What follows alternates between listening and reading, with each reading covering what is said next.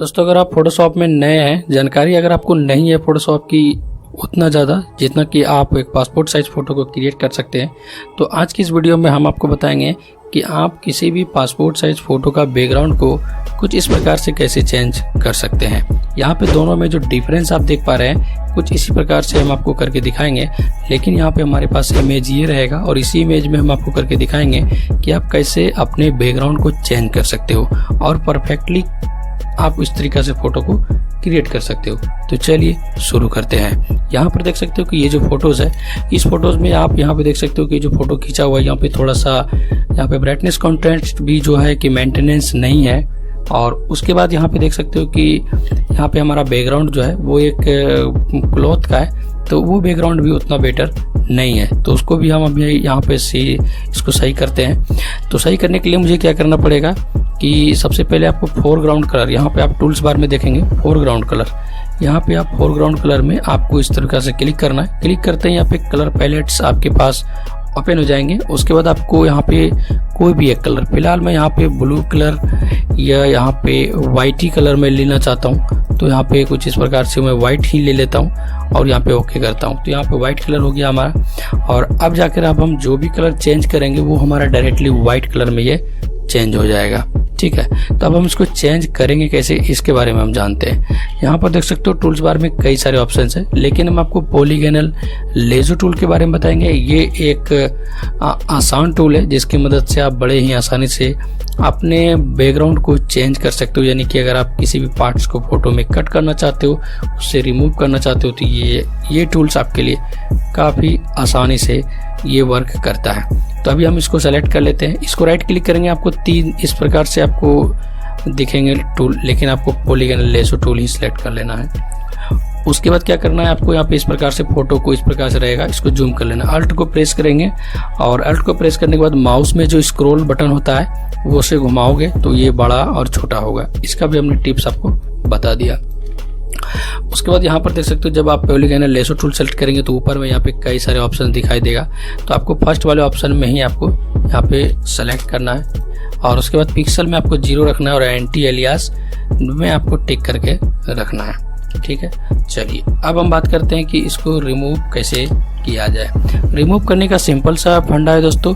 आपको जहाँ इसको जूम कर लेना है, जूम करने के बाद इसको साइड से सेलेक्ट करेंगे और कुछ इस प्रकार से आपको यहाँ पे आपको सेलेक्ट करते जाना है। तो कुछ इस प्रकार से आप देख पा रहे हो कि मुझे यहाँ पे सेलेक्ट करना पड़ रहा है। कुछ इस प्रकार से जैसे जैसे ये आपका एरिया मूव होते रहेगा उस प्रकार से आपको छोटा छोटा पार्ट्स को इस प्रकार से क्लिक करते जाएंगे।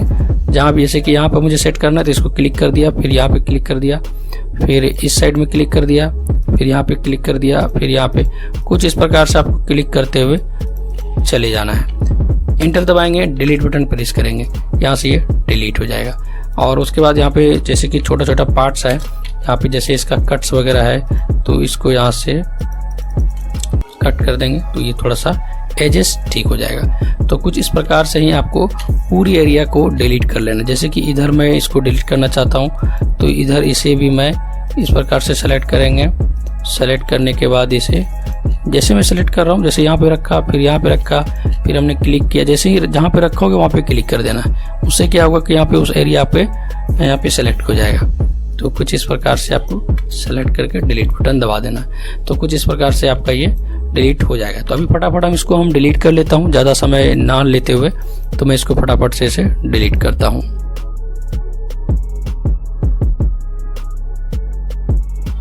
अभी यहाँ पर देख सकते हो कि हमने इसे क्लीन कर दिया हूँ बड़े ही आसान तरीके से। उसके बाद क्या करना है आपको, यहाँ पे क्रॉप टूल लेना है, इसको यहाँ से क्रॉप कर लेना है। क्रॉप टूल हमने सेलेक्ट किया और सिंपल इसको यहाँ से मैंने ड्रैग किया और यहाँ पे ये क्रॉप होना स्टार्ट हो गया। लेकिन यहाँ पे एरिया जो है यहाँ पे सिलेक्टेड है, तो इसको एरिया को रिमूव करने के लिए क्या करना पड़ेगा, इसको कैंसिल कर देंगे। और यहाँ पर ये बटन देख पा रहे हो क्लियर का, इस पर आपको क्लियर बटन पे क्लिक कर देना है। यानी क्रॉप पे आपको ऑप्शन पे सेलेक्ट करना, तब यहाँ पे क्लियर का ऑप्शन दिखेगा, यहाँ पे क्लियर कर देना है। और अब जाके जब आप इसे क्रॉप करेंगे तो ऑटोमेटिक से यहाँ पे आपका यहाँ पे जिधर जितना चाहो आप उतना क्रॉप कर सकते हैं। जैसे कि आप यहाँ पे देख सकते हो हमने इसे क्रॉप कर दिया है।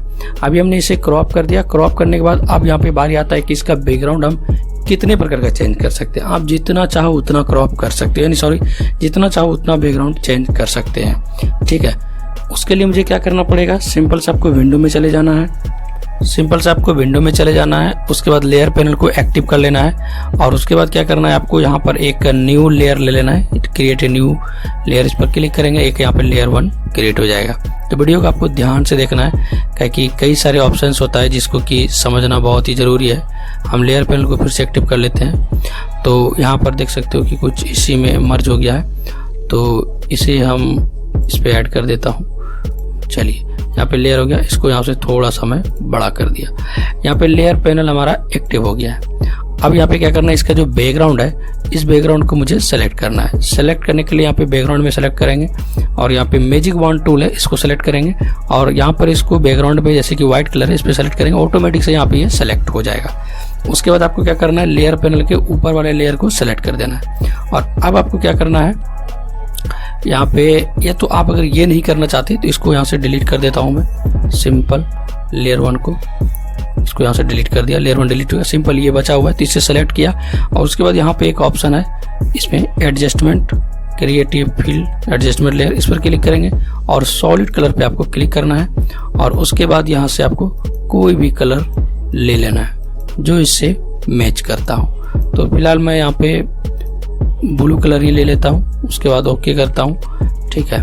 और अगर आप चाहो तो वाइट कलर भी ले सकते हो या आप इसमें कोई भी कलर जैसे बैगनी देना चाहते हो तो बैगनी भी दे सकते हो। अब यहाँ पे आप जो भी कलर चाहें इस पर डबल क्लिक करेंगे। अब जो भी कलर चाहें, वाइट, ब्लू, ब्लैक, येलो, कोई भी कलर हो, मैं यहाँ से बड़े ही आसानी से इसे चेंज कर सकता हूँ, ठीक है। तो अभी इतना होने के बाद अब यहाँ पे क्या करेंगे, बैकग्राउंड कलर में जाएंगे और बैकग्राउंड में जाने के बाद इसका जो फेस है इसको अगर हम क्लीन करना चाहते हैं तो सिंपल से हम यहाँ पे चल जाएंगे इमेज में, एडजस्टमेंट लेयर और सेलेक्टिव कलर, और उसके बाद रेड कलर जो है, रेड कलर को सिलेक्ट करके रखेंगे। यहाँ से आप कलर को सिलेक्ट कर सकते हो, फिलहाल मैं रेड रखता हूँ। और ये नीचे वाले ब्लैक कलर जो है इसको माइनस की ओर लेके चले जाएंगे। तो यहाँ पे देख सकते हो थोड़ा सा ब्लैकनेस कम हुआ है। फिलहाल यहाँ पे देख सकते हो पहले ये था और अभी ये है, तो थोड़ा सा यहाँ पे चेहरा फ्रेश हुआ है। उसके बाद यहाँ से येलो भी सिलेक्ट करेंगे और इसे यहाँ से थोड़ा सा वाइट कर देंगे, ठीक है। और यहाँ से हम नेचुरल्स में लेंगे और थोड़ा सा इसको प्लस की ओर बढ़ाएंगे। यहाँ पे देख सकते हो थोड़ा सा नेचुरल्स बढ़ चुका है, ठीक है। अब यहाँ पे मैं सियान को बढ़ाना चाहता हूँ जिससे ये कि इसका जो ये दुपट्टे का कलर है ये इसका थोड़ा सा बढ़ जाएगा। सियान के कलर को मैं यहाँ से बढ़ा दिया। उसके बाद यहाँ पे ब्लू है तो सिंपल यहाँ पे मैं ब्लू को सेलेक्ट करूँगा और मैं यहाँ से इसको 0 कर देता हूँ और ब्लू को बढ़ा दिया। इतना हो गया। तो ये हो गया आपका कपड़े का कलर। उसके बाद क्या करना है, इमेज में जाना है, फिर से एडजस्टमेंट में चले जाना है, ब्राइटनेस कॉन्ट्रास्ट थोड़ा सा इसे बढ़ा दूंगा और कॉन्ट्रास्ट को भी बढ़ा दूंगा। इतना हमने कर दिया। अब आपको क्या करना है, ओके करना है। अब आपको क्या करना है, कंट्रोल L दबाना है, जिससे आपका ये लेवल ऑप्शन ओपन हो जाएगा और इस प्रकार से आप लेवल ऑप्शन को कम या ज़्यादा कर सकते हो। तो यहाँ पे देख सकते हो कि कई सारे ऑप्शंस की मदद से हमने फोटो को बेहतर तरीका से एक कह सकते हो कि क्वालिटी चेंज हो चुकी है। तो पहले और ये अभी वाला फोटोज में जो फर्क देख पा रहे हो आप, दोनों में काफ़ी डिफरेंस है। तो कुछ इस प्रकार से आप अपने पासपोर्ट साइज के फोटो में बैकग्राउंड चेंज कर सकते हो, ठीक है, और आप उसको इस तरीके से क्लीन कर सकते हो नॉर्मली। अगर आपको इससे रिलेटेड आगे भी कोई जानकारी चाहिए तो आप हमें कमेंट कर सकते हैं। तो फिलहाल के लिए बस इतना ही, आगे हम आपको अगले वीडियोस में बताएंगे। आप कमेंट करना कि आपको आगे और क्या सीखना चाहते हो फोटोशॉप में पासपोर्ट साइज फोटो से रिलेटेड। तो फिलहाल के लिए बस इतना ही, मैं मिलता हूँ कि नई वीडियो के साथ। तब तक के लिए जय हिंद, जय भारत।